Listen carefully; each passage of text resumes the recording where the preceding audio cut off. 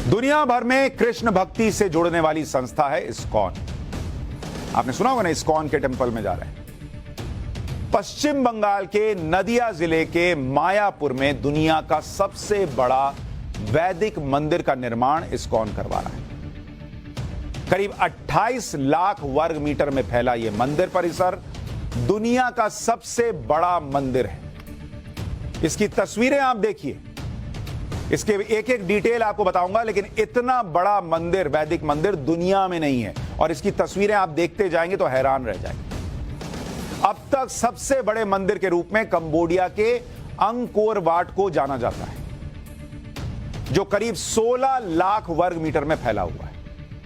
यह मंदिर जिसको आपको दिखा रहा हूं, यह बंगाल में अगले साल 2024 में बनकर तैयार हो जाएगा। इसका निर्माण साल 2009 में, यानी ये अंकोर वाट का दिखा रहा हूं, जो अभी तक सबसे बड़ा था। अब उससे भी बड़ा वैदिक मंदिर जो है वो भारत में बंगाल में बन रहा है। और इस मंदिर की आप भव्यता सोचिए कि 2009 से पिछले 14 साल से इसका निर्माण चल रहा है। वैदिक मंदिर की विशालता का अंदाजा आप इस बात से भी लगा सकते हैं कि इसकी नींव करीब 100 फीट गहरी है, यानी जमीन में 10 मंजिला इमारत के बराबर नीचे इसकी नींव गई हुई है। मंदिर का निर्माण पूरा होने के बाद एक साथ 10,000 लोग भगवान कृष्ण के दर्शन कर सकेंगे, जबकि मंदिर परिसर में करीब 1 लाख लोग आराम से घूम सकते हैं। इतना बड़ा मंदिर बन रहा है। इस मंदिर की लागत करीब 1,000 करोड़ रुपए आएगी। और सबसे बड़ी बात यह कि मंदिर भारत की आध्यात्मिक, सांस्कृतिक और ब्रह्मांड के वैदिक मॉडल का सबसे बड़ा केंद्र होगा। इसके बारे में आपको आगे बताऊंगा, लेकिन उससे पहले इस मंदिर की भव्यता और विशालता के बारे में आपको बता देता हूं। इसके लिए इस मंदिर की तुलना दुनिया के दूसरे पवित्र स्थान और ऐतिहासिक इमारतों से एक बार करके आपको बताता हूं, जिससे आपको पता चलेगा कि कितना बड़ा यह मंदिर है। धर्म से जुड़ी विशाल इमारतों की लिस्ट में एक नाम आता है हागिया सोफिया मस्जिद का, जिसे आया सोफिया मस्जिद भी कहते हैं। यह मस्जिद तुर्की के इस्तांबुल शहर में है और इसकी कुल ऊंचाई 55 मीटर और चौड़ाई 5,997 वर्ग मीटर है। दूसरी इमारत है अपने देश में आगरा में जो ताजमहल है। इसकी ऊंचाई 73 मीटर है, चौड़ाई 32,892 वर्ग मीटर। तीसरे नंबर पर लंदन की सेंट पॉल कैथेड्रल चर्च है। इसकी ऊंचाई 111 मीटर है और चौड़ाई 11,838 वर्ग मीटर है। और अब आपको वो वैदिक मंदिर दिखा रहा हूं जो बंगाल में बन रहा है। इसकी कुल ऊंचाई 113 मीटर और चौड़ाई 65,032 वर्ग मीटर में फैला है। अगले साल से इस मंदिर की पहचान दुनिया के सबसे बड़े मंदिर के तौर पर हुई, जहां दुनिया भर के किसी भी जाति, धर्म और संप्रदाय के लोग आ सकेंगे। और भारत की पौराणिक काल से चली आ रही ब्रह्मांड के वैदिक मॉडल को आप यहां पर समझ पाएंगे। इस मंदिर का सबसे बड़ा आकर्षण का केंद्र इसके 3 शिखर है। इसलिए पहले आपको इन विशाल शिखर के बारे में बता देता हूं। जो बीच में आप हिस्सा देख रहे हैं, यह मुख्य शिखर है, वैदिक ब्रह्मांडीय झूमर। इसके बारे में आपको आगे बताऊंगा। दूसरा शिखर जो देख रहे हैं वो वेस्ट विंग है, भगवान विष्णु के अवतार भगवान नरसिंह देव का मंदिर।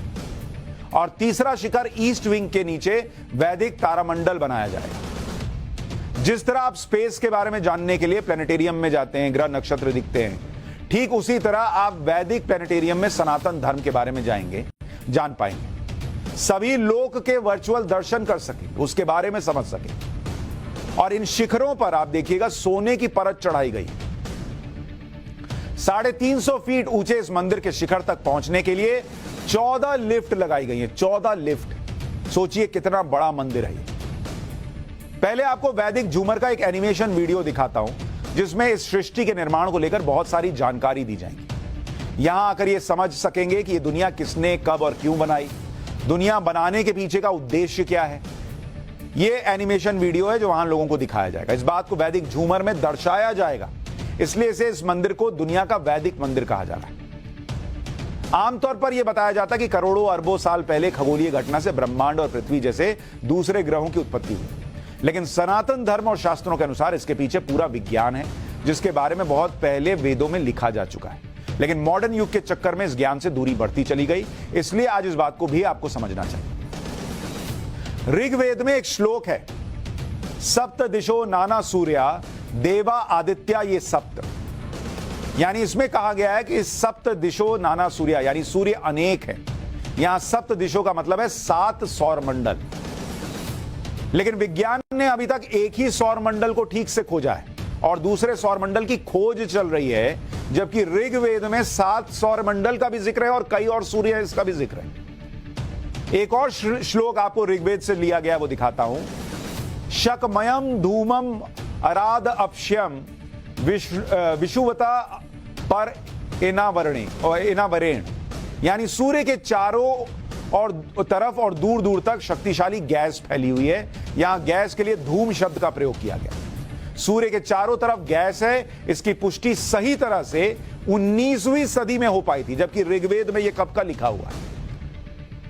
अथर्ववेद में कहा गया था कि सूर्य का प्रकाश दिखाई देने वाले और ना दिखाई देने वाले सभी प्रकार के प्रदूषित जीवाणुओं और रोगाणुओं को नष्ट करने की क्षमता रखता है। यह अथर्ववेद में लिखा है। ये सारी बातें आज से 3200 साल पहले ही कह दी गई थी और इस पर दुनिया भर के वैज्ञानिक रिसर्च कर रहे हैं। यानी जो बातें हम आज विज्ञान से समझ रहे हैं, उनके प्रमाण हजारों साल पहले हमारे ऋषि मुनि और विद्वान दे चुके, लिख के चले गए। और यही वजह है कि इस मंदिर के भक्तों में एक बड़ी संख्या विदेशी लोगों की होगी, जो इन बातों पर पूरी तरह यकीन करते हैं कि हमारी सनातन परंपरा और शास्त्रों में जानकारी का भंडार छिपा हुआ है। आज आपको इस मंदिर के चेयरमैन से भी मिलाना चाहता हूं, जिन्होंने इस मंदिर को 250 करोड़ रुपए दान दिए। इनका नाम है अम्बरीश दास। ये नाम इन्होंने इस्कॉन से जुड़ने के बाद रखा। इनका पुराना नाम क्या पता है? Alfred Ford. हमारे यहां मंदिर की बात करने वाले को बड़े हीन भाव से देखते हैं, अच्छा ये तो एक्सट्रीम हिंदुइज्म की बात कर रहा है। वहां अल्फ्रेड फोर्ड जो है वो 250 करोड़ भी दे रहे हैं और इन्होंने अपना नाम भी अम्बरीश दास कर लिया। ये अमेरिका की मशहूर कार कंपनी फोर्ड के मालिक है भाई, वही फोर्ड कंपनी जिसकी कार आप चलाते हैं। अमेरिका के प्रसिद्ध उद्योगपति हेनरी फोर्ड के पोते हैं। 1975 में अल्फ्रेड इस्कॉन से जुड़े और इस्कॉन के संस्थापक प्रभुपद के साथ भारत आ गए। भारत आने के बाद इन्होंने हिंदू धर्म अपनाया और फिर अल्फ्रेड से अम्बरीश बन गए। अल्फ्रेड तमाम ऐशो आराम को छोड़कर कृष्ण भक्ति के साथ भारत की सनातन परंपरा के बारे में सीख रहे हैं, प्रचार कर रहे हैं। इस मंदिर के निर्माण में अम्बरीश दास की बहुत बड़ी भूमिका है।